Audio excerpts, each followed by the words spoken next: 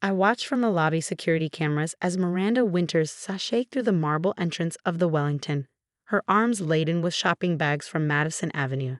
3 years of marriage to my ex-husband had given her the confidence to treat my building staff like personal servants. Mrs. Winters, the doorman greeted her with practiced politeness, though I could see the tension in his shoulders. Would you like help with those bags? Finally, someone who understands service. Miranda sighed dramatically. Unlike your new afternoon doorman, he actually made me wait yesterday while he helped some delivery person. I made a note to give that afternoon doorman a raise. Ms. Chen, my building manager, Robert, appeared at my office door. The contractors just sent over the unauthorized renovation plans from the Winters penthouse. You'll want to see this. I took the blueprints, studying Miranda's ambitious plans to combine 2 penthouses without proper approval. Classic Miranda, acting like she owned the place when she was barely a tenant. She's throwing a housewarming party tonight, Robert added. Half of Manhattan's elite will be there, including me. I smiled, remembering the invitation that had arrived at my modest downtown apartment. Not because Miranda wanted me there, of course. She had no idea I was Elena Chen, the reclusive real estate developer who owned the Wellington and half the luxury buildings in Manhattan. No, the invitation had come because my ex-husband, David, still shared custody of our daughter, Sophie. Should I alert security that you'll be attending? Robert asked. No need, I said, smoothing my simple black dress. Tonight, I'm just Sophie's mom, the one Miranda thinks works in some investment office downtown. Hours later, I stepped into the private elevator that would take me to the penthouse. My daughter had texted earlier, Mom, please don't let Miranda bother you. You know how she gets. Oh, I knew exactly how Miranda got. Like the time she told Sophie that my little apartment wasn't suitable for hosting her sweet 16 party. Or when she'd suggested that Sophie shouldn't mention my unfortunate background to her private school friends. The elevator opened directly into the penthouse foyer, where a string quartet played and Manhattan's finest circulated with champagne. The renovations were even more extensive than the plans had shown, and definitely not up to code. Mom. Sophie appeared, beautiful in a dress that definitely came from Miranda's shopping sprees. You came. Of course, sweetie. I hugged her, noting how she glanced nervously around to see if anyone was watching. How's the party? Oh my God. Miranda's voice cut through the crowd. Who let the help use the private elevator? I turned to find my ex-husband's wife staring at me in her $1,000 dress, her perfectly styled hair framing a face full of disdain. Miranda, I started, but she was already waving her empty champagne glass at me. The service elevator is in the back, she announced loudly, and while you're here, the guest bathroom needs attention. Sophie's face flushed red. Miranda, that's my mom. Obviously, Miranda cut her off. And while we're grateful for her working-class perspective in Sophie's life, tonight is not the time. The cleaning staff should know better. The nearby conversations quieted as guests turned to watch. I saw David across the room, frozen in mid-conversation, his face a mask of discomfort. I could have revealed myself right then. Could have pulled out my phone and shown her the building's ownership documents. Instead, I took her champagne glass with a smile. Of course, Mrs. Winters. Though you should know, the service elevator isn't up to code for staff use anymore. Someone should really look into that. Miranda's eyes narrowed. What would you know about building codes? More than you might think. I handed her glass to a passing waiter. By the way, how's that renovation coming along? I hear the structural changes are quite ambitious. David, Miranda called sharply. Your ex-wife is harassing me about our renovations. Handle this.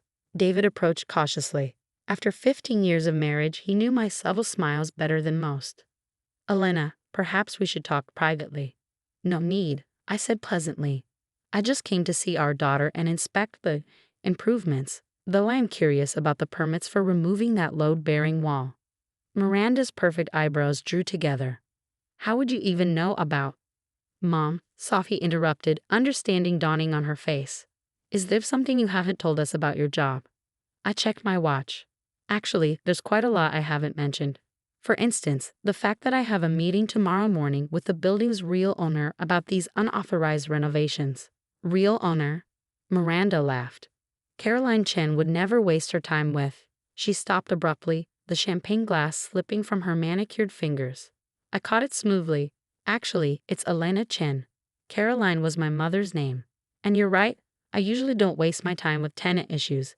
But in this case, I smiled at my daughter. I have a personal interest in the building's proper management. The silence that fell over the penthouse was worth every moment I'd spent letting Miranda underestimate me.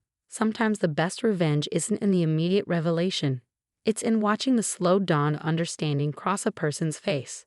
And Miranda's face was a study in dawning horror as she realized exactly who she'd been calling the help. David cleared his throat. Elena, why didn't you ever say anything? About owning the building where you live? I raised an eyebrow. Or about owning the company that manages your real estate portfolio? Some things are more effective when discovered naturally. Don't you agree, Miranda? The string quartet had stopped playing, and every eye in the room was fixed on us. But I was watching my daughter, seeing the pride replace the embarrassment on her face. The silence that gripped the penthouse was broken by the sharp click of Miranda's designer heels as she retreated to the kitchen, pulling David along by his sleeve. The party guests quickly found their champagne glasses fascinating. But I could see their furtive glances and hear the whispers beginning to circulate. Mom, Sophie whispered, do you really own the Wellington? Among other things, I said quietly, remember last month when Miranda told you not to be seen in that common shopping mall with me? Sophie's eyes widened. No way. I own that too.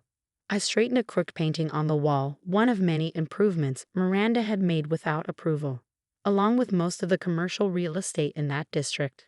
But you drive a Volkswagen. We live in a normal apartment. Because those things serve their purpose perfectly well, I explained. Success isn't about showing off, Sophie. It's about building something meaningful. From the kitchen came the sound of Miranda's increasingly shrill voice. Did you know about this? How could you not know? I moved through the crowd of whispers and stares, noting every violation of the building code. The removed wall had indeed been load-bearing, and the new marble flooring was far too heavy for the original specifications, all things that would need to be addressed professionally and legally. David emerged from the kitchen alone, his face ashen. Elena, can we talk? Privately? I followed him to his home office, a room that, according to the building plans, shouldn't have existed. Nice renovation, I commented, looking at the built-in bookshelves that definitely weren't approved. Why didn't you tell me? He demanded. All these years. All these years what, David? While your wife treated me like the help. While she taught our daughter that status is everything. I ran my finger along a shelf, examining the dust. Clearly, the actual cleaning staff isn't allowed in here either. This is about more than Miranda's attitude, he said. You've been letting me run my business thinking I was independent when really you've been operating under my company's umbrella? Yes. I sat in his leather chair, another unauthorized addition. Consider it a lesson in humility, one that your wife desperately needs. Miranda burst into the office, her perfect makeup now slightly smeared. You can't do this to us. We have a life here, a position in society. A position built on loans from my banks, I corrected her, and unauthorized renovations in my building. Your building? She spat the words. So what now? You'll evict us? Humiliate us? Actually, I stood up. I'm going to teach you something about real class. Something you failed to teach my daughter. I withdrew a document from my purse and placed it on the desk. This is a renovation correction notice. You have 60 days to bring everything up to code at your own expense. During that time, you'll also enroll in the Wellington Foundation's community service program. Community service? Miranda looked horrified. With the common people. The same common people you thought I was an hour ago, I reminded her. You'll learn what real work looks like, and more importantly, you'll learn how to treat people with respect, regardless of their perceived status. David picked up the document, and if we refuse, then you'll be in violation of your lease, your loans will be called due, and you'll have to explain to your social circle why you're being evicted from the Wellington. I smiled. Your choice. Sophie appeared in the doorway. The guests are asking questions. Should I tell them? Tell them the truth, I said. That your mother is a businesswoman who believes in earning success, not just displaying it. Miranda sank into a chair. Everyone will know. Know what? I asked. That you mistook the building's owner for cleaning staff? That says more about you than it does about me. I turned to leave, then paused. Oh, Miranda, The service elevator is for staff only. In the future, you'll use the main elevator like everyone else. Assuming, of course, you choose to stay and learn from this experience. Mom, Sophie called as I reached the door. Can I come home with you tonight? Miranda's head snapped up. But your room here is lovely, Sophie finished. But I think I need to learn more about real success from someone who's actually earned it. As we left the party behind, I heard Miranda's voice crack. All this time, I've been living in her building, spending her money while looking down on her. Sometimes the best lessons come from falling off your own pedestal. In the elevator, Sophie turned to me. Why did you let them treat you that way for so long? Because money and power aren't weapons, sweetheart. They're responsibilities. I squeezed her hand. And sometimes the best way to teach humility is to practice it yourself first. The lobby staff stood a little straighter as we passed, offering knowing smiles. They kept my secret all this time, understanding that true power doesn't need to announce itself. A week later, I watched from my private office as Miranda Winters entered the Wellington's community center in the building's east wing. Gone were the designer clothes and perfect makeup. Instead, she wore simple business attire, her face bare and uncertain as she reported for her first day of running the resident assistance program. She's 20 minutes early, Robert noted, checking the security feed. Fear is a powerful motivator, I replied. How's the renovation correction coming along? They've hired a certified contractor. David's been surprisingly cooperative since. He trailed off diplomatically. Since discovering that his ex-wife had been quietly supporting his business success all along. Since realizing that the woman he'd let his new wife demean was actually his financial safety net.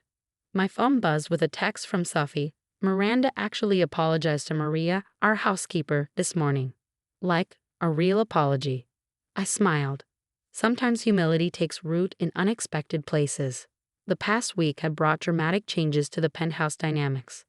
The whispers had spread through Manhattan's elite circles, but not in the way Miranda had feared.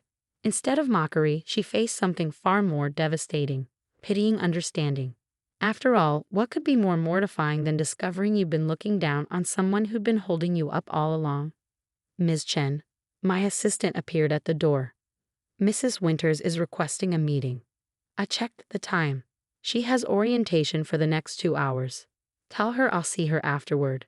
When Miranda entered my office later that day, she was a different person from the polished socialite who dismissed me at her party.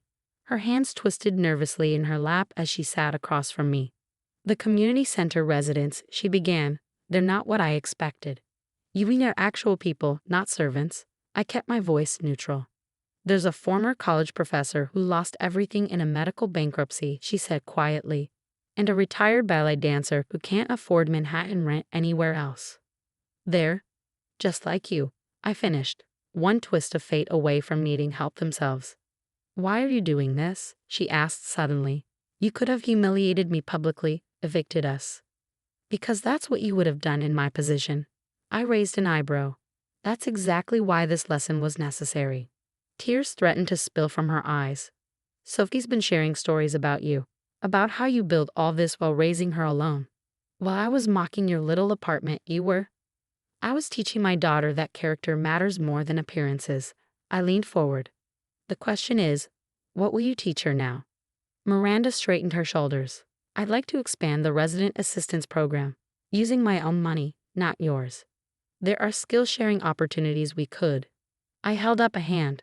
Submit a proper proposal. Through the correct channels like anyone else would have to do. She nodded, understanding the lesson. As she stood to leave, she paused. The renovations will restore everything properly. David and I have been discussing downsizing anyway, perhaps a lower floor. Submit that proposal too, I said, through the proper channels. After she left, I texted Sophie, coming for dinner tonight. Can we eat at that little noodle place near your apartment? Miranda mentioned their dumplings are actually amazing. I smiled. Sometimes the greatest victory isn't in defeating your enemies, but in transforming them.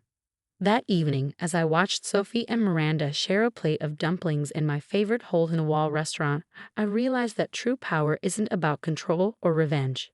It's about the ability to change lives, including your own. Mom, Sophie said suddenly, tell Miranda the story about how you bought your first building.